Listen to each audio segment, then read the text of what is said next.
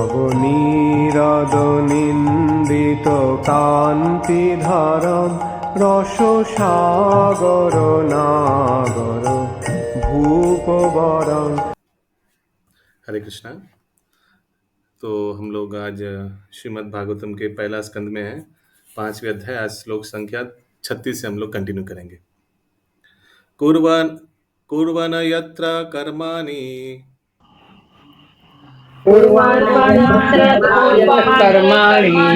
भगवत् चिक्षय शकृत्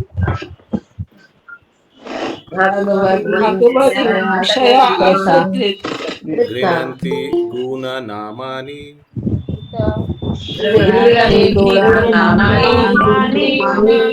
कृष्णस्य नुस्मरन्ति च।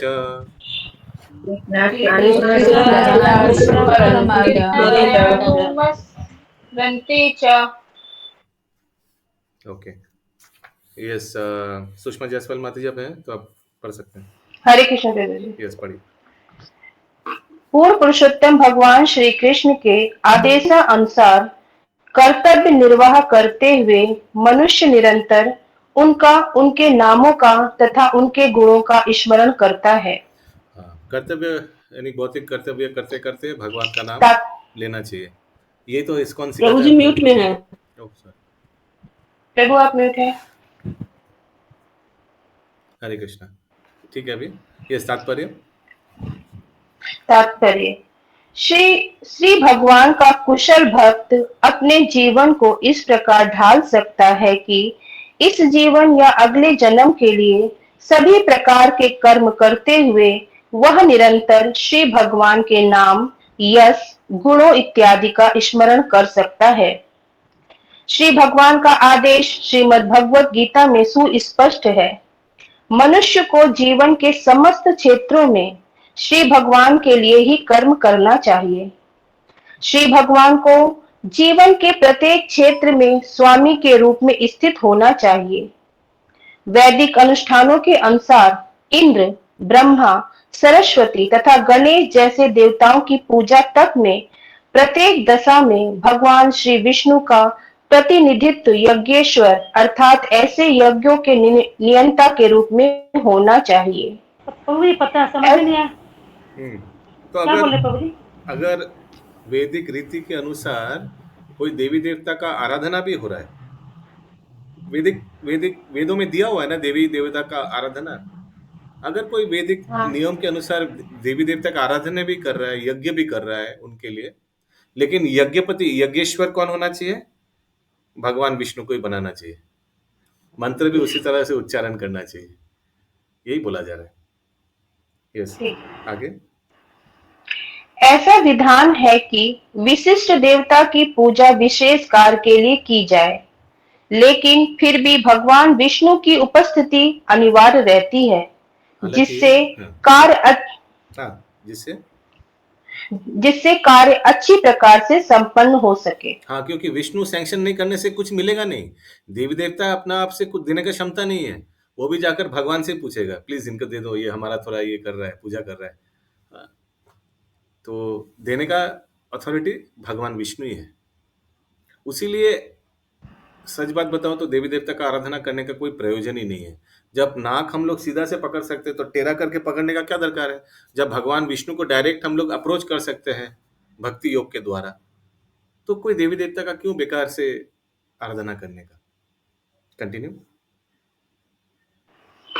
ऐसे वैदिक कर्तव्यों के साथ साथ हमारे सामान्य व्यवहारों, हमारे घरेलू कार्यों या व्यापार अथवा व्यवसाय में हमें ध्यान रखना चाहिए कि हम अपने सभी कार्यों का फल परम भोक्ता भगवान श्री कृष्ण को अर्पित करें। तो क्यों ये सब ध्यान? श्रीमद् भगवत गीता में ये भौतिक कार्य भी ध्यान रखना चाहिए। क्यों? क्योंकि नहीं तो आध्यात्मिक कार्य में बाधा आएगा। भौतिक कार्य इसलिए ध्यान रखना चाहिए, नहीं तो आध्यात्मिक कार्य में बाधा आएगा। अगर लक्ष्मी धन उपार्जन नहीं होगा तो फिर खाना पीना नहीं होगा, खाना पीना नहीं होगा तो फिर भक्ति कैसे होगा? भूखे पेट ना भजे गोपाला, है ना? यस, आगे। श्रीमद् भगवत गीता में स्वयं श्री भगवान ने यह घोषित किया है कि वे ही सभी वस्तुओं के परम भोक्ता हैं। वे ही प्रत्येक लोक के परम स्वामी हैं हाँ, और वे ही भगवान भगवान हर समस्त एक जीवों के परम मित्र हैं। भगवान हर एक वस्तु के परम भोक्ता है। वस्तु क्यों बोला गया है यहाँ? क्योंकि जब यज्ञ में आहुति दिया जाता है ना वस्तुओं का, मालूम है आप लोगों को ना, यज्ञ कुंड में आहुति दिया जाता है तो सब भगवान विष्णु पे ही पहुंचता है। यही बोला गया है वेद में कि ये जो यज्ञ कुंड है ये भगवान का क्या है? कोई बता पाएगा? मुख है प्रभु। हाँ मुख है। मुख है। तो भगवान सब एक्सेप्ट कर रहा है। ओके, तो यज्ञ कुंड में जो भी सामग्री दीजिएगा सब भगवान स्वीकार करेगा। भगवान माने विष्णु भगवान। आगे अपनी सृष्टि के केवल भगवान श्री कृष्ण ही स्वयं को सबका स्वामी कह सकते हैं, अन्य कोई नहीं। शुद्ध भक्त इसे सदैव स्मरण रखता है और ऐसा करते समय वह श्री भगवान के दिव्य नाम, यश तथा गुणों को दोहराता जाता है, जिसका अर्थ यह है कि वह निरंतर श्री भगवान के संपर्क में है। चूंकि श्री भगवान अपने नाम, यश इत्यादि से अभिन्न है, अतः उनके नाम, यश इत्यादि से संबंधित होने का अर्थ उनकी साक्षात संगति करना है। कंटिन्यू। हमारी आर्थिक आय का कम से कम 50% भाग भगवान श्री कृष्ण के आदेशों की पूर्ति करने में व्यय होना चाहिए। इसके लिए हमें अपनी कमाई के लाभांश का ही उपयोग नहीं करना चाहिए, अपितु अन्य व्यक्तियों को इस भक्ति संप्रदाय का उपदेश भी देना चाहिए, क्योंकि यह भी श्री भगवान का एक आदेश है। हरे कृष्णा, एक सेकंड माता जी। श्री भगवान का यह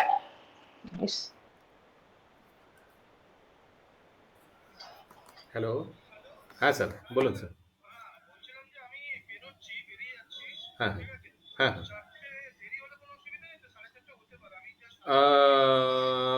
मैक्सिमम 4:30 हाँ, मैक्सिमम 4:30। ওকে স্যার, আপনাকে গুগল ম্যাপ দিয়েছি, আপনি গুগল ম্যাপ ফলো করুন বাস, আর কিছু দরকার নেই। Okay sir.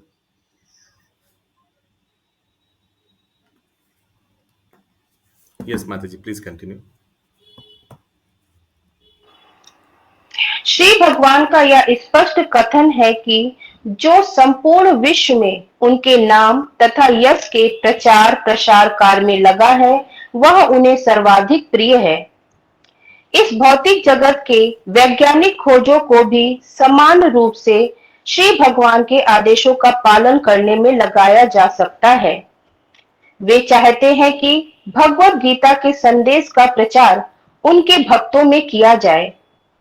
जिन मनुष्यों के पास तपस्या, दान, शिक्षा इत्यादि की कोई पूंजी नहीं है, उनमें चाहे इसका प्रचार ना भी हो, अतएव अनिच्छुक मनुष्यों को श्री भगवान के भक्त बनाने हेतु प्रयास होते रहना चाहिए।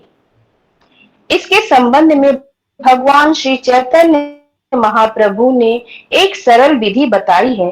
उन्होंने कीर्तन, नृत्य तथा प्रसाद वितरण के माध्यम से दिव्य संदेश का उपदेश देने की विधि बताई है।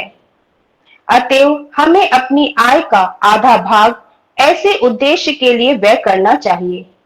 कलह और विरोध के इस युग में यदि समाज के गणमान्य और धनवान व्यक्ति अपनी आय का आधा भाग श्री भगवान की सेवा में लगाने हेतु सहमत हो जाएं, जैसा कि श्री चैतन्य महाप्रभु ने सिखाया है, तो निश्चित ही इस उपद्रव भरे नरक जैसे संसार को श्री भगवान का दिव्य धाम बनाया जा सकता है, जहां अच्छा कीर्तन, नर्तन और प्रसाद बांटा जा रहा हो। वहां जाने से कोई इनकार नहीं करेगा। ऐसे समारोह में सभी सम्मिलित होना चाहेंगे और हर एक को श्री भगवान की दिव्य उपस्थिति का अनुभव होगा। इसी से सेवक को श्री भगवान की संगति का लाभ हो सकता है और इस प्रकार वह आत्म साक्षात्कार के लिए अपने आप को शुद्ध बना सकता है। ऐसे आध्यात्मिक कार्यों को सफलता पूर्वक संपन्न करने की एकमात्र शर्त यह है कि ये समस्त कार्य ऐसे शुद्ध भक्त के निर्देशन में संपन्न हो जो समस्त भौतिक इच्छाओं, सकाम कर्मों तथा श्री भगवान की प्रकृति के विषय में सूक्ष्म चिंतनों से मुक्त हो। किसी को श्री भगवान की प्रकृति ढूंढने की आवश्यकता नहीं है।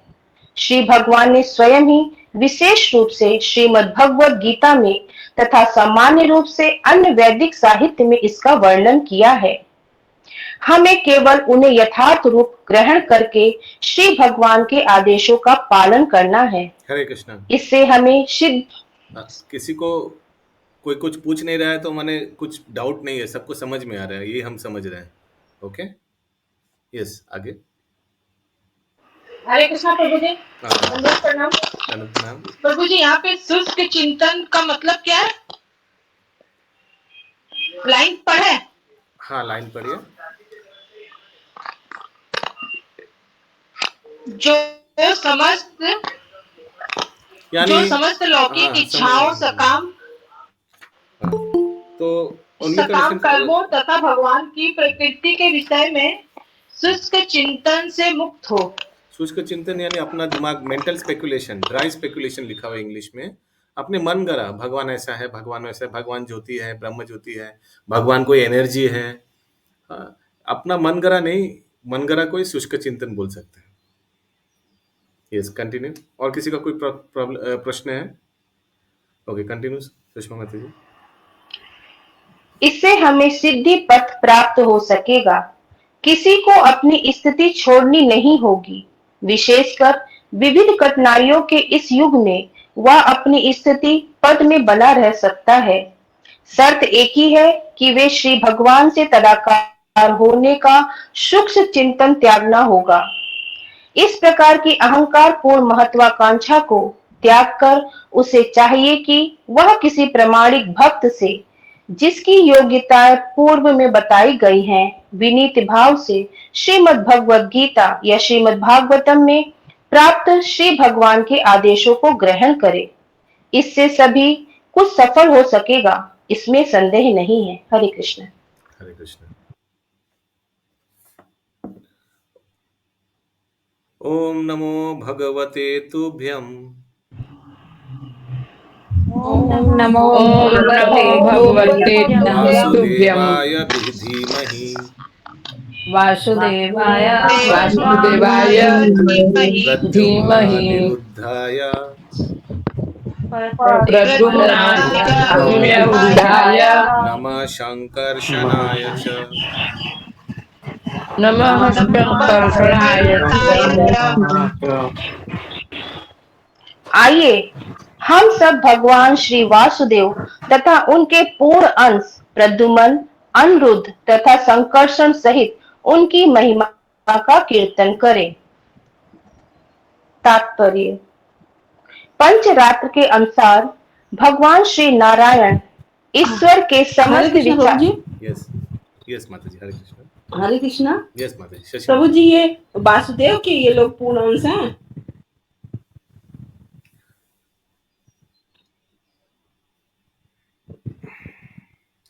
वासुदेव का तो लिखा नहीं है। फिर से लाइन पढ़िए शशि माता जी, आप पढ़िए। हम सब वासुदेव तथा उनके पूर्ण अंश। उनके प्रद्युम्न, उनके माने अनिरुद्ध भगवान तथा के, संकर्षण। उनके माने भगवान के। ओह, अच्छा। यस, कंटिन्यू सुषमा माता फिर जी। से पढ़ो प्रभु। अनवर। हाँ, पढ़िए। तो वासुदेव अनवर भगवान को प्रभु जी। यस, शशि माता जी। माता जी, इसका आंसर इसी में, ये पैराग्राफ में आएगा। Okay, excellent, very nice Sushma माता जी, पढ़िए। आइए हम सब भगवान श्री वासुदेव तथा उनके पूर्ण अंश प्रद्युम्न, अनिरुद्ध तथा संकर्षण सहित उनकी महिमा का कीर्तन करें। तात्पर्य: पंचरात्र के अनुसार भगवान श्री नारायण ईश्वर के समस्त विस्तारों के आदि कारण है। पंचरात्र क्या है प्रभु जी? ये पंचरात्र विधि, जो नारद पंचरात्र विधि है, एक भागवत विधि होता है, एक पंचरात्र विधि होता है। तो नारद मुनि ने ये भगवान भगवत तत्व लिखा है, वो ग्रंथ का नाम है पंचरात्र विधि। ठीक है। ठीक। यस। ये विस्तार श्री वासुदेव, संकर्षण, प्रद्युम्न तथा अनिरुद्ध श्री वासुदेव तथा शंकरषण मध्य में बाएं और दाएं आसीन हैं। प्रद्युम्न शंकरषण के दाएं हैं और अनिरुद्ध श्री वासुदेव के बाईं ओर आसीन हैं। इस प्रकार ये चारों विग्रह आसीन रहते हैं। ये चारों भगवान श्री कृष्ण के चतुर्व्यूह के रूप में जाने जाते हैं। प्रभु जी इसका दाएं बाएं फिर से समझा। तो ये नारद पंचरात्र विधि है, ये डीटी वर्शिप मैनुअल है एक्चुअली। अर्चा विग्रह का सेवन का मैनुअल है, नारद जी ने बनाया है, उसमें ये बताया गया है। ऐसे भी मुकुंद प्राण प्रभु हम लोग जानते हैं कि पहला जो चतुर्व्यूह है उसमें संकर्षण, वासुदेव, प्रद्युम्न, अनिरुद्ध है। वही बोला जा रहा है, उन लोग का पोजीशन बताया जा रहा है, फिजिकल पोजीशन। ओके, ये हम लोग जो डीटी मैनुअल अर्चा विग्रह सेवन के लिए जो मैनुअल यूज करते हैं उसमें उसको बोलते हैं पंचरात्र विधि। एक होता है पंचरात्र विधि, एक होता है भागवत विधि। यस, आगे। वो किसके दाएं बाएं स्थित है? श्री वासुदेव तथा संकर्षण मध्य में बाएं दाएं आसीन है। प्रद्युम्न संकर्षण के दाहिने और अनिरुद्ध श्री वासुदेव के बाईं ओर आसीन है। और ये सब श्री भगवान के चतुर्व्यूह के रूप में जाने जाते हैं। हरे कृष्ण प्रभु जी। यस, सुमना गौरंगी माता जी, हरे कृष्ण ये प्रभु। किसके प्रभु बाएं जी। दाएं? तो ये देखिए, अगर आप ऐसे करके एक रोम्बस जैसा हो जा रहा है, स्क्वायर जैसे, किनके बाएं दाएं तो पता ही चल जा रहा है। Vasudeva Sankarshana middle left and right, बीच में लेफ्ट बाएं और दाएं। और प्रद्युम्न शंकरषण के बाएं ना, अनिरुद्ध वासुदेव के दाहिने, तो एक स्क्वायर जैसा हो जा रहा है। प्रभु राइट में है, प्रद्युम्न के संकर्षण दाहिने में है, यानी राइट में, अनिरुद्ध वासुदेव के बाईं यानी लेफ्ट साइड में। तो अगर देखा जाए सुमना गौरंगी माता जी, एक स्क्वायर जैसा हो रहा है ना चतुर्व्यूह। यस, विनीता माता जी। प्रभु जी यहाँ पे जो ये दिया मीनिंग दिया है उसमें दिया है कि प्रद्युम्न, अनिरुद्धाय, संकर्षणाय, ये तीनों वासुदेव के पूर्ण अंश हैं। कहाँ दिया हुआ है? इधर मीनिंग जो दिया हुआ है ना, word meaning, word to word meaning में। हाँ। Sankarshana, all plenary expansions of Vasudeva. दोनों माता जी, दोनों। यस, कंटिन्यू सुषमा माता जी। यह एक वैदिक मंत्र है जो ओमकार प्रणव से प्रारंभ होता है। इस प्रकार इस मंत्र को ओम नमो धीमहि के रूप में दिव्य उच्चारण कीर्तन द्वारा स्थापित किया जाता है। तात्पर्य यह है कि कोई भी काम, चाहे वह सकाम कर्म के क्षेत्र में हो या ज्ञान के क्षेत्र में हो, जिसका परम लक्ष्य परमेश्वर की दिव्य अनुभूति नहीं होता, व्यर्थ माना जाता है। इसीलिए श्री नारद मुनि ने अपने निजी अनुभव के आधार पर अनन्य भक्ति में सेवा की प्रकृति की व्याख्या की है, जिसमें प्रगतिशील भक्ति कार्यों की क्रमिक विधि से श्री भगवान तथा जीव के मध्य अंतरंग संबंध विकसित किया जा सकता है। श्री भगवान के लिए दिव्य भक्ति की ऐसी प्रगति का अंत श्री भगवान की प्रेममय सेवा में होता है, जिसे प्रेमा कहते हैं, और जो अपनी दिव्य विविधताओं में रस कहलाती है। ऐसी भक्ति मिश्रित रूपों में भी संपन्न होती है, जैसा कि शाकाम कर्म या इंद्रिय जनित दार्शनिक मनोकल्पनाओं के साथ मिश्रित होकर। तो अब जिस प्रश्न को सौनक भक्ति में, भक्ति कर्म मिश्रित भक्ति होता है, और जो दूसरा बोला गया वो ज्ञान मिश्रित भक्ति है। क्या बोला है कि दूसरा, सुषमा माता जी अभी आपने पढ़ा जो शाकाम कर्म या इंद्रिय जनित दार्शनिक मनोकल्पनाओं के साथ मिश्रित होकर। मेंटल कॉन्कॉक्शन भक्ति है, लेकिन अपने अनुसार भी थोड़ा उसमें मिलित है, तो उसको बोलते हैं ज्ञान मिश्रित भक्ति। कर्म मिश्रित भक्ति, ज्ञान मिश्रित भक्ति। यानी कर्म मिश्रित भक्ति क्या क्या अर्थ है? कोई अगर भक्ति करता है लेकिन कुछ फल की आशा से। ज्ञान मिश्रित भक्ति क्या है? कोई अगर भजन कीर्तन कर रहा है लेकिन एक ये भी अभिलाष है कि ज्ञान इससे प्राप्त होगा, I will get knowledge out of this. भक्ति का एक ही मात्र लक्ष्य है कि भगवान को संतुष्ट विधान, to please the lord, that is the only prerequisite, only criteria. Continue Sushma माता जी। হরে কৃষ্ণ প্রভু, তাহলে এই ভক্তিগুলো কি মানে শুদ্ধ ভক্তি নয়, শুদ্ধ ভক্তি কর্ম নয়, মিশ্রিত ভক্তি? শুদ্ধ ভক্তি নয়, কিন্তু খারাপও নয়। আচ্ছা, হ্যাঁ, আমরা আমরা আমরা এখন কেউই পূর্ণ শুদ্ধ ভক্তি স্তরে নেই, সবার কিছু না কিছু অভিলাষ আছে। यस, आगे। जब अब जिस प्रश्न को सौनक आदि ऋषियों ने उठाया था और जिसका संबंध गुरु के माध्यम से शील सूत जी उपलब्धि के गुहितम अंश से था, उसकी व्याख्या 33 अक्षरों वाले इस मंत्र का उच्चारण करके की गई है। यह मंत्र 4 विग्रह को अर्थात श्री भगवान को उनके पूर्ण अंशों के सहित संबोधित है। हरे कृष्ण। केंद्रीय थोड़ा समझना पड़ेगा अभी। तो सौनक आदि ऋषि ने सुत गोस्वामी को प्रश्न किया था भगवत तत्व के बारे में कि आपने क्या गुह्यतम ज्ञान क्या सुना सुखदेव गोस्वामी से, वो हम लोग को बताइए।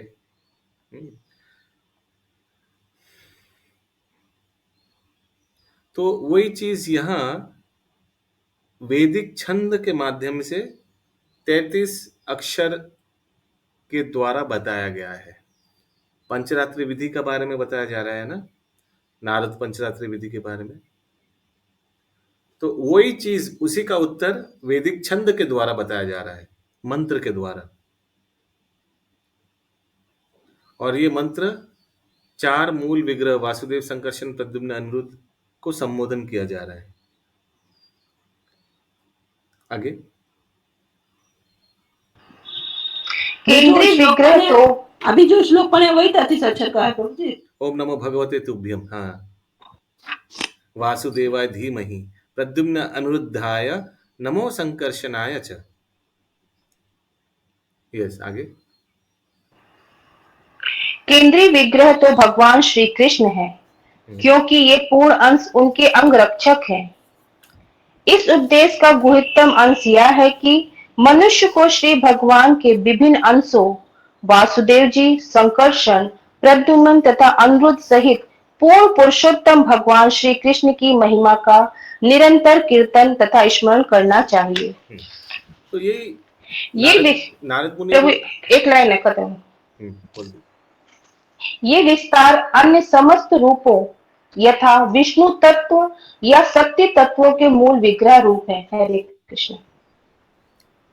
These are the originalities for all other truths, namely either Vishnu तत्व और शक्ति तत्व। तो अगर कोई यज्ञ अनुष्ठान हो जा रहा है, उसमें भी भगवान को ही संबोधन किया जाता है। अगर उसमें कुछ वैदिक मंत्र उच्चारण किया जाता है, वो भी भगवान को ही संबोधन किया जाता है। उसका उदाहरण यहाँ दिया गया है। यहाँ भगवत तत्व के बारे में उसका ग्लोरिफिकेशन, उसका गुण कीर्तन कर रहा है। कौन कर रहा है? किसको? नारद मुनि कर रहा है व्यासदेव को। ओके, तो बोला जा रहा है, इस श्लोक से बोला जा रहा है, अगर ये मंत्र भी उच्चारण किया जा रहा है तो वो भी भगवत केंद्र करके, कृष्ण को बीच में रखते हुए। ओके, ये कुछ मंत्र उच्चारण वैदिक अनुसार नियम है, वही इस श्लोक में और तात्पर्य में बताया गया है। 38 नंबर श्लोक। इति मूर्ति हरे कृष्ण प्रभु जी। हरे कृष्ण प्रभु जी। यस, बोलिए विनीता मैम। प्रभु जी, यहाँ पे भगवान के जो अंग रक्षक है, तो भगवान को अंग रक्षक का क्या जरूरत है? क्या जरूरत है? भगवान का अंगरक्षक है कौन? पहले वो देखा आपने कौन है? हाँ प्रभु जी, हाँ वही वासुदेव, संकर्षण, प्रद्युम्न और अनिरुद्ध। वो सब कौन है? भगवान के तो एक्सपेंशन है। क्या है प्रभु अंश जी? है ना? हाँ हाँ, तो उनके अंश है, तो प्रभु जी अंग रक्षक उनको क्यों बोला गया है? बोला गया है, दे आर, उनके साथ रहता है चारों साइड, वो बीच में कृष्ण है चारों ओर, उस हिसाब से अंगरक्षक बोला गया है। They are side by side में। जैसे वैकुंठ में द्वारपाल कौन है? वैकुंठ का द्वारपाल जय विजय। हाँ, जय विजय। जय विजय का दरकार है, लेकिन फिर भी एक भगवान का धाम है, भगवान का धाम का गेट में 2 गेट कीपर तो होना चाहिए। है ना? तब हाँ भगवान का धाम लगता है। धाम एक एक राजा का धाम है, सामने कोई गेट कीपर नहीं है, कोई दरबान नहीं है, तो अच्छा नहीं लगेगा ना। तो भगवान कृष्ण है, चारों साइड में अंग रक्षक है। इसका ये मतलब नहीं कि भगवान अपना सुरक्षा नहीं कर सकता है। 38 नंबर हाँ, श्लोक। तो वही पूछ रहे थे कि मतलब क्यों। यस। हरे कृष्ण प्रभु जी, यहाँ शक्ति तत्व में सत्तावेश अवतार लोग आएंगे। These expansions are the original deities for all other truths, namely either Vishnu Tattva और शक्ति तत्व।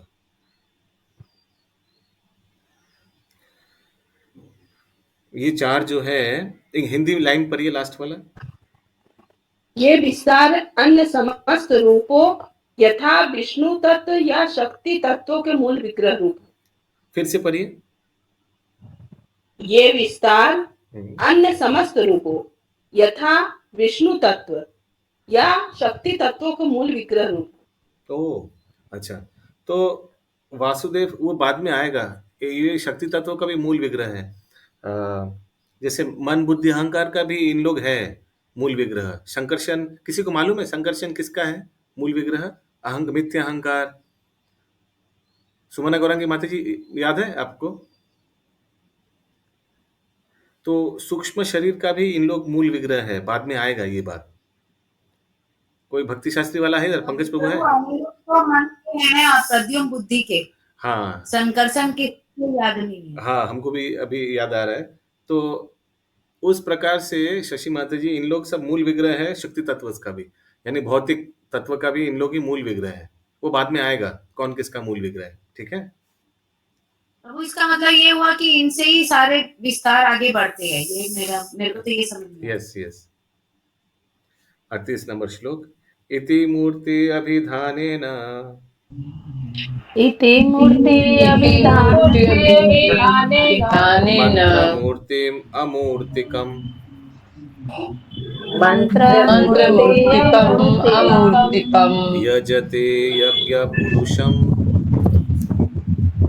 यजते यज्ञपुरुषम् स सम्यक् दर्शनापुमाम्। पुमान्। इस प्रकार वास्तविक दृष्टा वही है जो दिव्य मंत्र मूर्ति पूर्ण पुरुषोत्तम भगवान श्री विष्णु की पूजा करता है, जिनका कोई भौतिक रूप नहीं होता। जिनका कोई भौतिक रूप नहीं होता है। Thus, he is the actual seer who worships in the form of transcendental sound representation, the supreme personality of Godhead Vishnu, who has no material form. तो इस प्रकार से देखिए, मंत्र का उच्चारण से भगवान विष्णु का आराधना किया जा सकता है। पिछले श्लोक में वो मंत्र का बारे में बताया है। जो मंत्र का उच्चारण से आराधना करते हैं वो भगवान को दर्शन मन ही मन में करता है और मंत्र के द्वारा उनका गुण कीर्तन करता है, ठीक है? Not in a deity worship form में नहीं, ये मंत्र उच्चारण से भगवान का आराधना हो रहा है। तात्पर्य? हरे कृष्ण प्रभु जी, तो फिर यहाँ पे विग्रह के बारे में नहीं लिखा है, भौतिक रूप नहीं है बोल के? तात्पर्य पढ़िए, क्लियर हो जाएगा, ठीक है? यस सुषमा माता जी। हमारी वर्तमान इंद्रियां भौतिक तत्वों से की बनी है, अतः वे भगवान विष्णु के दिव्य रूप की ठीक से अनुभूति नहीं कर पाती। अतः उनकी पूजा कीर्तन की दिव्य विधि के माध्यम से ध्वनि में की जाती है, जो वस्तु हमारी अपूर्ण इंद्रियों के क्षेत्र के बाहर है, उसे ध्वनि स्वरूप द्वारा भली भांति अनुभव किया जा सकता है। हरे कृष्णा। तो वैदिक यदि कोई दूर खड़ा व्यक्ति ध्वनि उत्पन्न करे। हरि बोल, थोड़ा रुकिए, अगर बीच में कुछ बोलना चाहते हैं, आप पढ़ते जाते तो हम भूल जाते क्या बोलना है। तो अगर वैदिक मंत्र द्वारा अगर भगवान को स्तुति किया जाता है, पूजा किया जाता है माता जी, संगिनी श्यामप्रिया माता जी, तो उस चीज को यहाँ विस्तार में बताया जा रहा है। जैसे पिछले श्लोक में एक वैदिक मंत्र बताया गया है, ये वैदिक मंत्र द्वारा भगवान का आराधना हो रहा है। अभी ये जप के माध्यम से, यानी वही वैदिक मंत्र के द्वारा भगवान का आराधना के बारे में बोला जा रहा है। ओके, तो इसमें कोई विग्रह फॉर्म नहीं है, वो मंत्र, वो नाम ही भगवान का रूप है, तो उसीलिए उनका कोई आकार नहीं दिया गया है इसमें। उसीलिए अनुवाद में भी बोला गया है यही बात कि विष्णु जिनका आकार नहीं है। यहाँ यज्ञ को आगे किया गया ना प्रभु जी यस, इस यज्ञ का श्लोका में। मंत्र द्वारा यज्ञ को आगे। हाँ हाँ यस सुषमा माता जी। यदि कोई दूर खड़ा व्यक्ति ध्वनि उत्पन्न करे तो उसका यथार्थ अनुभव किया जा सकता है। यदि भौतिक दृष्टि से यह संभव है तो फिर आध्यात्मिक दृष्टि से क्यों नहीं होगा। यह अनुभव कोई कोरा निराकार अनुभव नहीं है, यह विशुद्ध सच्चिदानंद स्वरूप दिव्य श्री भगवान का वास्तविक अनुभव है। हरे कृष्ण। अमर कोश नामक संस्कृत कोश हरे में कृष्ण। एक सेकंड रुकिए। तो जैसे शब्द ध्वनि से अनुभव किया जा सकता है, सोचिए कोई व्यक्ति 10 मीटर दूरी पे है और बहुत अंधकार है और वो हरे कृष्णा बोला तो आपको पता चल जाएगा शब्द क्या होगा, हवा के माध्यम से कान में पहुंचेगा तो हम लोग को अनुभव करेंगे कि कोई व्यक्ति है।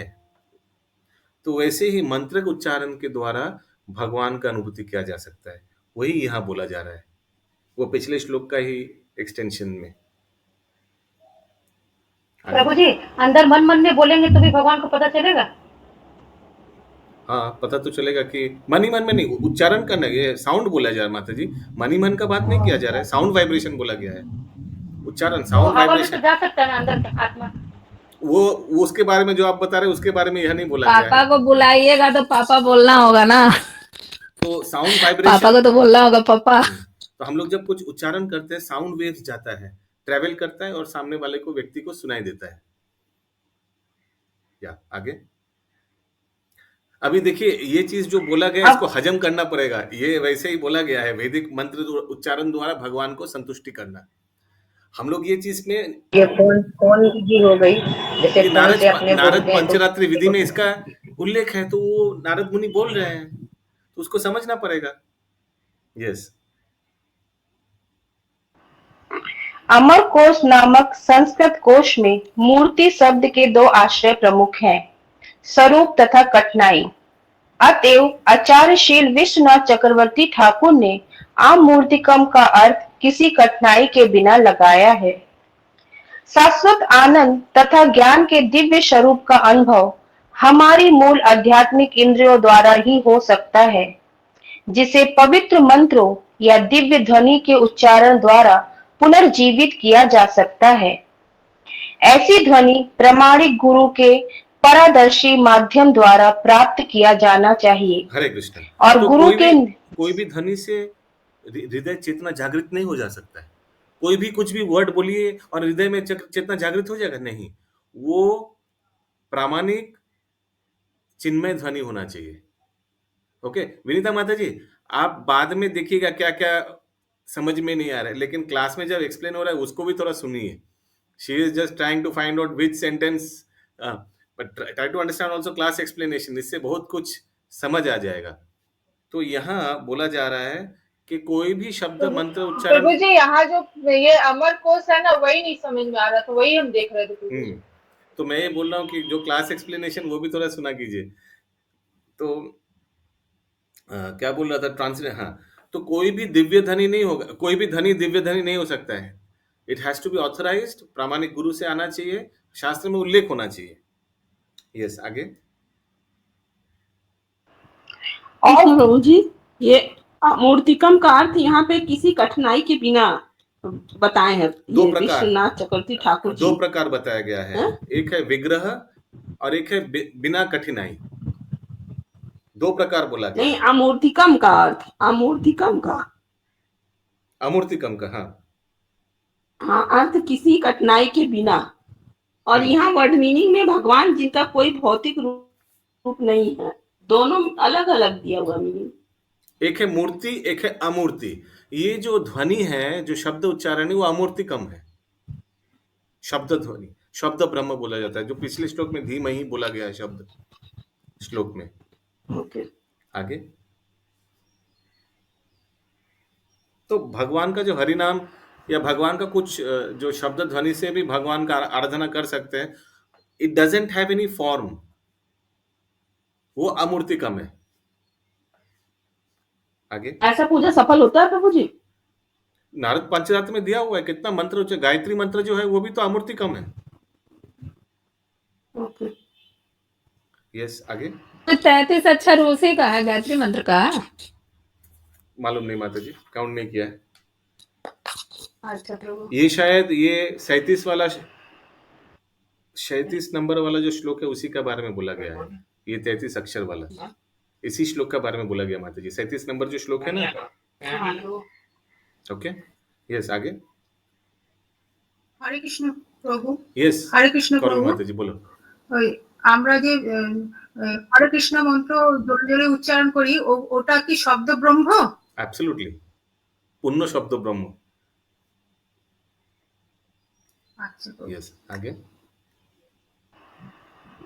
और गुरु के निर्देशन में ही इसके उच्चारण कीर्तन का अभ्यास करना चाहिए। यह हमें धीरे धीरे ईश्वर के अधिक निकट ले जाएगा। पूजा की यह विधि पंचरात्रिक विधि में संश्रुत है, जो मान्य एवं प्रमाणिक विधि है। पंचरात्रिक विधि में दिव्य भक्ति में सेवा के लिए सर्वाधिक प्रमाणिक शिक्षाएं वर्णित है। ऐसी शिक्षाओं के बिना सूक्ष्म दार्शनिक चिंतन द्वारा निश्चित ही श्री भगवान के पास नहीं पहुंचा जा सकता। हरे कृष्ण। पंचरात्रिक विधि तो ये पंचरात्रिक विधि डीटी इसमें इंग्लिश में लिखा है द मेथड ऑफ वर्शिप यानी विग्रह अर्च विग्रह सेवन का ये पंचरात्र विधि है। ओके जैसे मैंने आगे भी बताया नारद पंचरात्र विधि, नारद मुनि पूरा डीटी वर्शिप मैनुअल बनाया है, कैसे अर्चा विग्रह का सेवन किया जाता है, क्या क्या उपचार है, क्या क्या उपचार मंत्र है, उसमें सब ये डिटेल में दिया हुआ है। सो ये अर्चा विग्रह का सेवन में भी 2 पार्ट है, मूर्तिकम अमूर्तिकम। अमूर्तिकम में बहुत मंत्र उच्चारण है, मंत्र द्वारा शुद्धिकरण होता है, मुद्राएं द्वारा शुद्धिकरण होता है, मैंने सब बताया था याद है। और मूर्तिकम क्या है, उपचार से भगवान के मूर्ति को देना, टू प्रेजेंट दोज एक एक करके, जैसे हम लोग आरती प्लेट में एक एक आइटम को भगवान को ऑफर करते हैं। यस आगे। पंचरात्रिक विधि इस कला प्रधान युग के लिए व्यवहारिक एवं उपयुक्त है। इस आधुनिक युग के लिए पंचरात्र वेदांत की अपेक्षा अधिक महत्वपूर्ण है। हरे कृष्ण। यस क्योंकि it is both theory and practical, मंत्र और मुद्रा है, और प्रैक्टिकल भी है, प्रैक्टिकल ऑल्सो, नॉट ओनली मंत्र उच्चारण बट फिजिकली ऑल्सो आप भगवान को आराधना कर रहे हैं। सो इससे क्या होता है, व्यक्ति बहुत कनेक्ट कर सकते हैं। Deity worship is very very important. इसलिए श्रील प्रभुपाद बताए थे हर एक गृहस्थ के घर में विग्रह होना चाहिए। जैसे शास्त्र अध्ययन कर रहे हैं, it is more like theory, लेकिन कोई सेवा नहीं कर रहा है, कोई विग्रह, जब हम लोग शास्त्र अध्ययन करने के बाद विग्रह घर में या मंदिर में जब करने जाएंगे, so it is like more like practical application. Okay 39 number श्लोक, 39 40 बस 2 श्लोक बाकी है, थोड़ा हमको just give me 2 minutes break. तब तक आप लोग ब्रह्म संहिता का short form please chat box में लिखिए।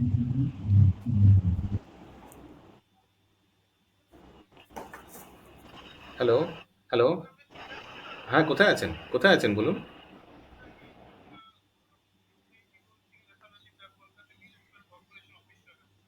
না আপনি গুগল ম্যাপ কাউকে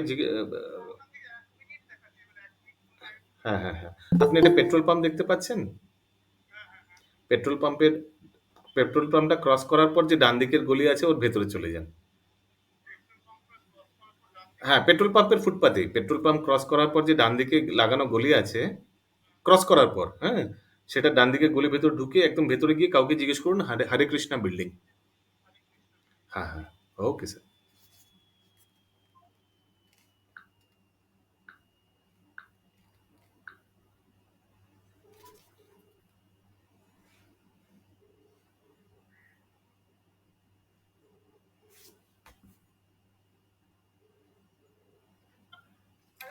হরে কৃষ্ণ মা, একটা লোক এসছে নিচে, অফিস দেখাও। হ্যাঁ গেটের সামনে যাও, দেখতে পাচ্ছে না গলিটা, খুঁজে পাচ্ছে না। ওই রাজদীপের অফিসটা লাইট টাইট জ্বালি না।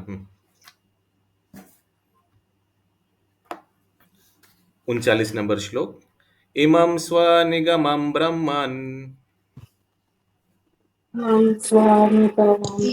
एवं प्राणिकमं अवेत्य मद् अनुष्ठितम् मदनुष्ठितम्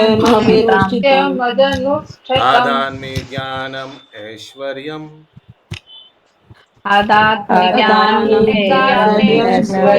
स्वस्मिन् भावं च Keshav.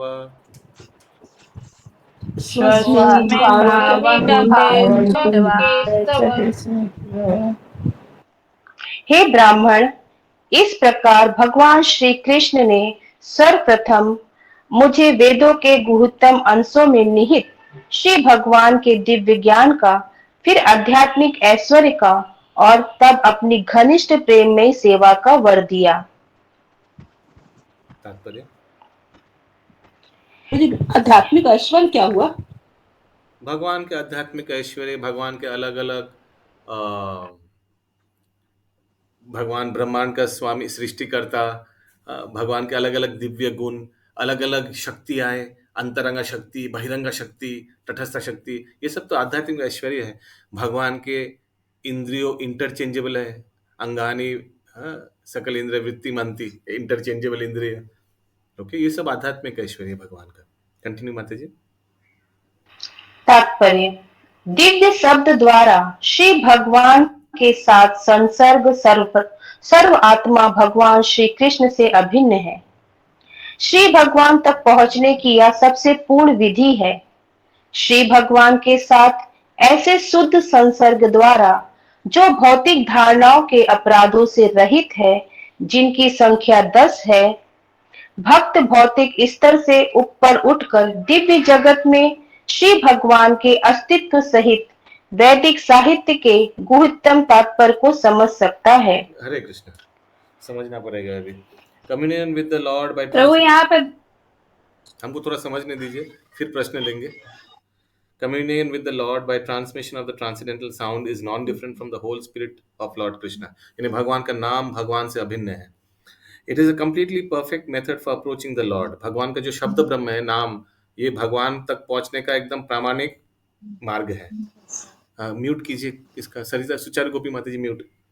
By such pure contact with the Lord without offense of material conception. Number 10, 10 नाम अपराध। 10वां नाम अपराध क्या है? किसी को मालूम है? फटाफट बोलिए। भगवान नाम की महिमा में विश्वास न होना एवं और इतनी अगाध महिमा श्रवण करने पर भी भौतिक आसक्ति बनाए रखना। So by such pure contact with the lord without offence of material conception, यानी भौतिक आसक्ति नहीं रखे, अगर भगवान के साथ कोई संबंध बना के रखे, the devotee can rise above material plane. भक्त जड़ जगतिक स्तर से ऊपर आध्यात्मिक स्तर तक जा सकता है। एंड और भगवान के जो वेदों का जो वेद साहित्य है, ये समझ सकता है। अभी पूछिए किसका क्या प्रश्न है। हरे कृष्णा प्रभु जी। हरे कृष्ण प्रभु जी, यहाँ पे नारद जी बोल रहे हैं ना व्यास जी को। हाँ। तो ये नारद जी बोल रहे हैं कि वेदों के गुह्यतम अंश में निहित भगवान के दिव्य ज्ञान का, फिर आध्यात्मिक ऐश्वर्य का और तब घनिष्ठ प्रेम में सेवा का वर दिया। तो ये भगवान इनको दिए ना नारद जी को। हाँ, दिया माने क्या? तो ये एक सेकंड, दिया माने क्या? ये लीजिए आध्यात्मिक ज्ञान, ऐसे दिया क्या?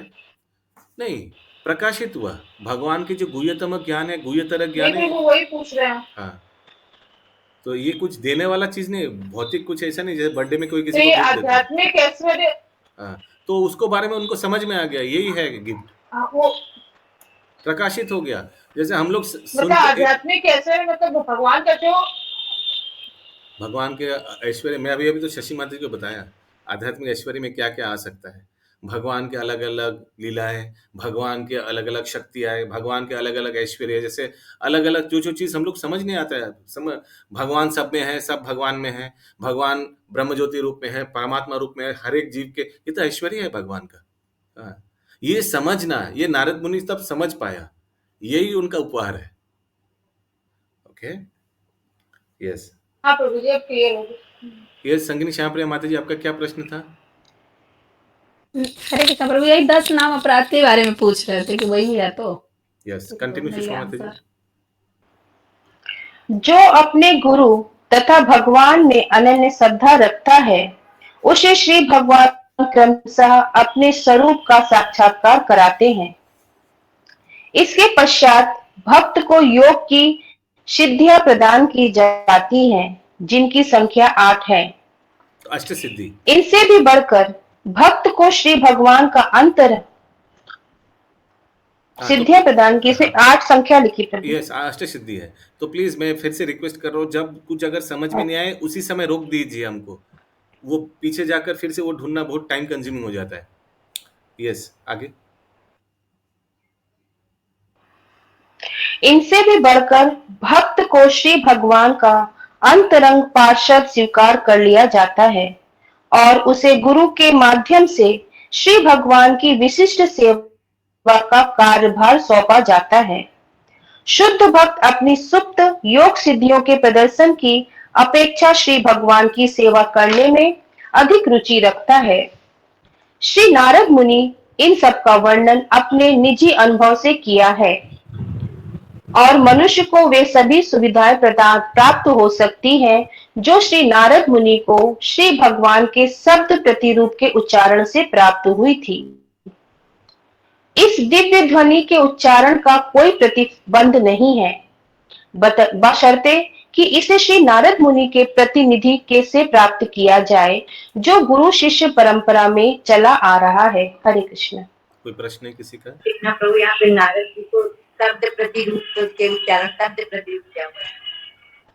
साउंड रिप्रेजेंटेशन, यानी साउंड रिप्रेजेंटेशन भगवान शब्द रूप में वो नारद मुनि को दिया गया था। वो मंत्र 37 नंबर में बोला हुआ है ना, मंत्र ओम नमो भगवते तुभ्यम वासुदेव धीमहि प्रद्युम्न अनिरुद्धाय नमो संकर्षणाय च।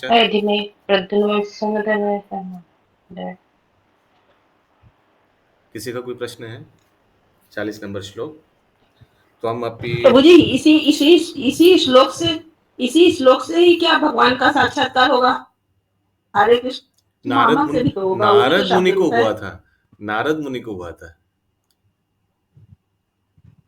मैं पूछ रही वही कि हरे कृष्ण महामंत्र भी तो शब्द रूप ही हुआ, शब्द ब्रह्म है। हाँ, तो कलयुग का तो नारद कलयुग में तो ये हरे कृष्ण महामंत्र भगवान आकर प्रचार करके गया। महाप्रभु बोले भगवान आकर खुद प्रचार करके गया।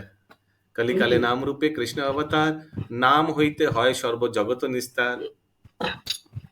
ओके, तो हम लोग को हरे कृष्ण महामंत्र याद रखना है। उसी को प्रलव अक्षर से स्टार्ट, उसी को बोला जाता है शब्द। बोल रहा है कि हरे कृष्ण प्रभु, ये सुमना गौरंगी माता सिद्धि जी, लाभটা কি?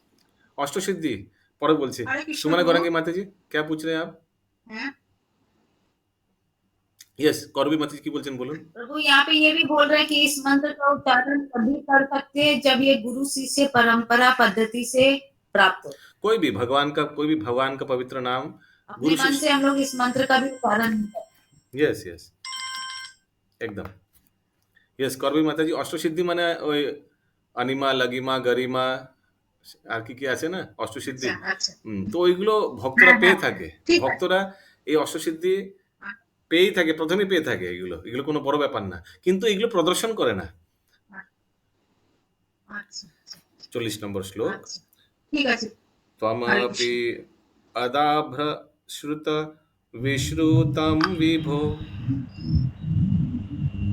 तमापि अद्रभाश्रुतं विश्रुतं विभो, समाप्यते येन विदं भूषितम्। समाप्यते येन विदं भूषितम्। प्रक्यहि दुःखेर्मुहुर् अर्दितात्मनाम्।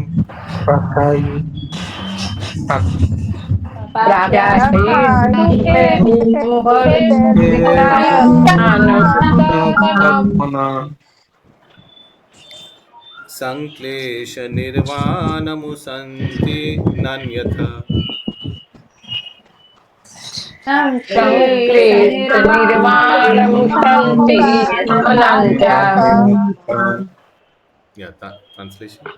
अतः कृपा करके सर्वशक्तिमान के उन कार्यकलापों का वर्णन करो जिन्हें तुमने वेदों के अपार ज्ञान से जाना है, क्योंकि उससे महान विद्वजनों की ज्ञान पिपासा की तृप्ति होगी और साथ ही सामान्य मनुष्यों के कष्टों का भी शमन होगा, जो भौतिक दुखों से सदैव पीड़ित रहते हैं। निसंदेह इन कष्टों से उबारने का कोई अन्य साधन नहीं है। तो नारद मुनि समराइज करके अंतिम श्लोक इस अध्याय का उसमें बोल रहे हैं व्यासदेव जी को कि जो जो आपने सीखा है शास्त्र अध्ययन करके, जो शास्त्र का सार है, वो सब श्लोक बताओ। इसी से साधारण व्यक्तियों का, समाज का कल्याण होगा, भगवत तत्व मिलकर।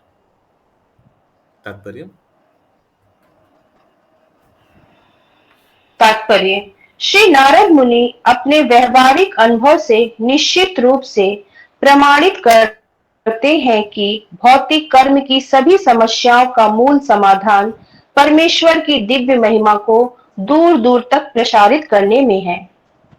सज्जनों की 4 श्रेणियां होती हैं और दुर्जनों की भी इतनी श्रेणियां हैं।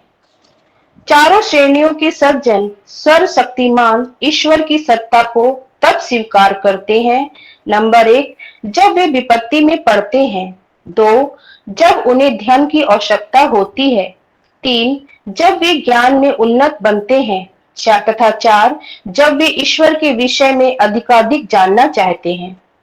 हरे कृष्ण। वे अंततः कौन सा श्लोक है, कौन बता पाएगा?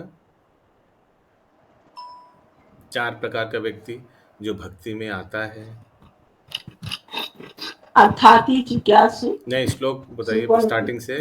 चतुर्विधा भजन्ते माम जना सुकृतिनो अर्जुन। अर्थार्थी जिज्ञासु ज्ञानीश्च भरतर्षभ। तो ये 4 प्रकार का व्यक्ति भक्ति में आता है, और 2 प्रकार का व्यक्ति जो भक्ति में नहीं आता, उसका श्लोक क्या है? 4 प्रकार की भक्ति में नहीं आते। 4 प्रकार के 2 प्रकार के नामाम दुष्कृति नो मूढ़ा प्रपद्यन्ते अन्न देवता। नराधम मूढ़ा नराधम असुर। 4 प्रकार के लोग जी। 4 प्रकार के। 4 प्रकार की। यस आगे। वे अतः प्रेरणावश श्री भगवान की शरण ग्रहण करते हैं। इस प्रकार श्री नारद मुनि शील व्यास देव को उपदेश देते हैं कि वे श्री भगवान के दिव्य ज्ञान का प्रचार उस विशाल वैदिक ज्ञान के संदर्भ में करें जिन्हें उन्होंने पहले से ही प्राप्त कर रखा है। जहां तक दुर्जनों का संबंध है, उनकी भी 4 श्रेणियां हैं। नंबर 1, वे जो सहज रूप से प्रगतिशील सकाम कर्म के प्रति आसक्त हैं और इस प्रकार उसके साथ जुड़े हुए अनेक कष्टों को भोगते रहते हैं। नंबर 2, वे जो इंद्रिय तुष्टि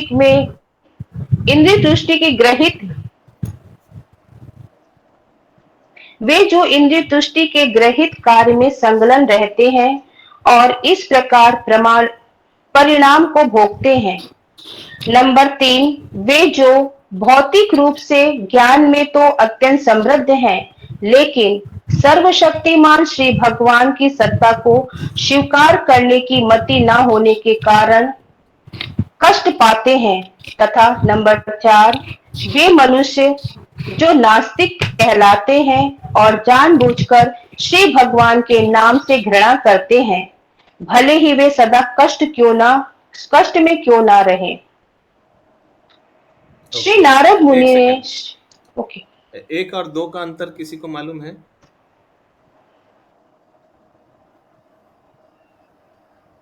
कोई बोल पाएगा? दुर्जन में प्रभु जी 1 और 2 का अंतर में क्या है? दोनों लग रहा है कि कर्मी है जो फल भोग करता है।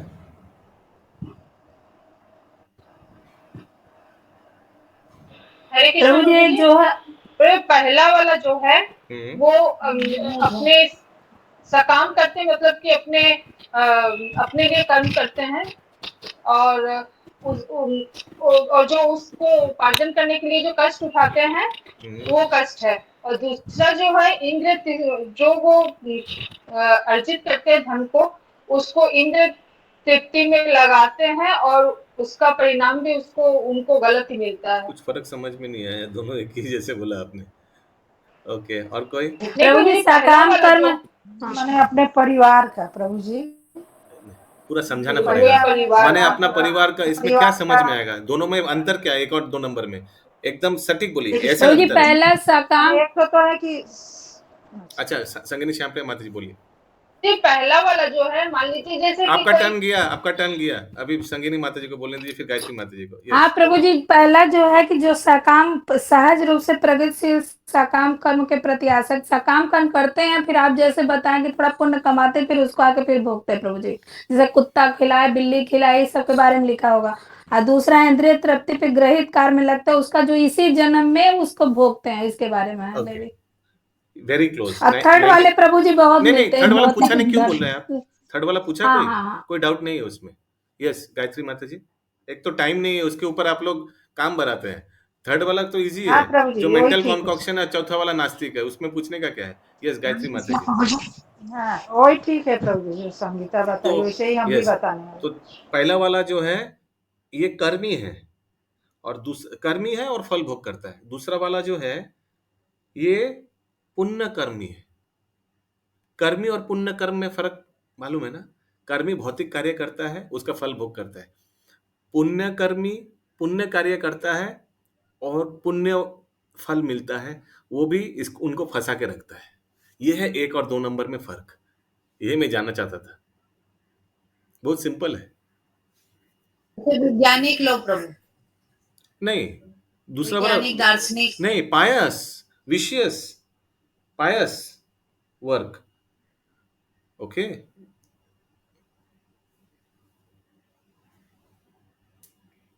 आगे। श्री नारद मुनि ने इधर 1 मिनट प्रभु, ये लिखा है वे जो इंद्रिय दृष्टि के गर्हित कार्य में लगे रहते हैं। गर्हित मतलब तो अच्छा कार्य नहीं होते, तो पुण्य कर्म तो अच्छा कार्य और हुआ। इंद्रिय तृप्ति 1 नंबर का बता रहे हैं आप ना? हरि बोल, कौन सा नंबर का बता रहे हैं? सेकंड नंबर आप बोले ना।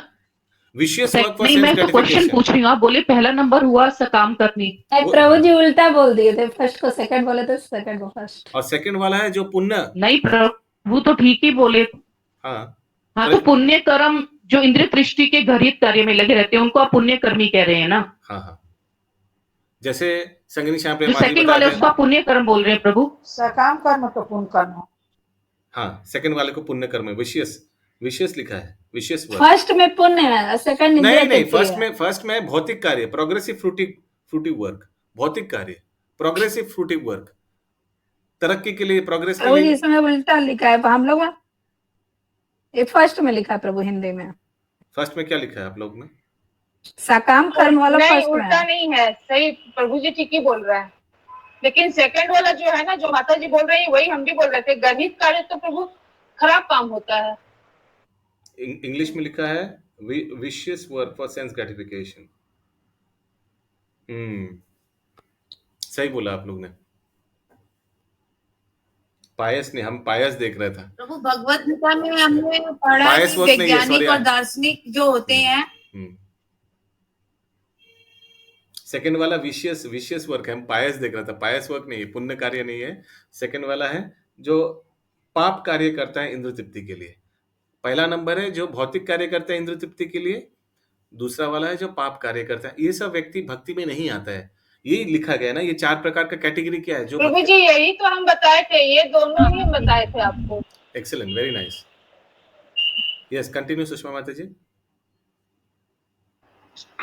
श्री नारद मुनि ने शील व्यासदेव को समझाया कि वे सज्जन तथा दुर्जन 8 प्रकार के सभी मनुष्यों का कल्याण करने हेतु श्री भगवान की महिमा का वर्णन करें।